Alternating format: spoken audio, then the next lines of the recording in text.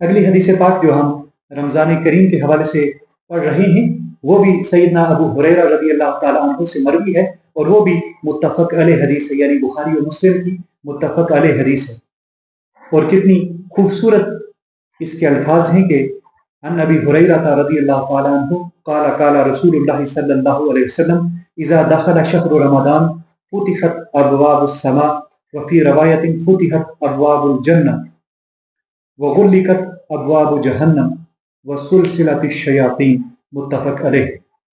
حضرت ابو ہریرہ رضی اللہ تعالیٰ عنہ سے مروی ہے کہ حضور نبی اکرم صلی اللہ علیہ وسلم نے فرمایا جب رمضان شروع ہوتا ہے، جیسے ابھی رمضان شروع ہوا ہے، ہم دوسرے روزہ رکھ رہے ہیں، پہلے حشرے میں ہیں، تو جب رمضان شروع ہوتا ہے تو آسمان کے دروازے کھول دیے جاتے ہیں، اور ایک روایت میں ہے کہ جنت کے دروازے کھول دیے جاتے ہیں اور جہنم کے دروازے بند کر دیے جاتے ہیں اور شیاطین زنجیروں میں جکڑ دیے جاتے ہیں۔ یعنی انسان کے لیے اس کے راستے کتنے ہموار، کتنے اسٹریٹ کر دیے جاتے ہیں، کتنے ایزی بنا دیے جاتے ہیں اگر وہ جنت میں جانا چاہے، کہ جنت کے تمام دروازے کھول دیے جاتے ہیں، جہنم کے تمام دروازے بند کر دیے جاتے ہیں، اور شیاطین جتنے بھی جن اور انسان جتنے بھی شیاطین ہیں ان تمام کو جکڑ دیا جاتا ہے زنجیروں میں۔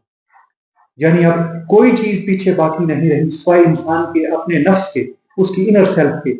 کہ جو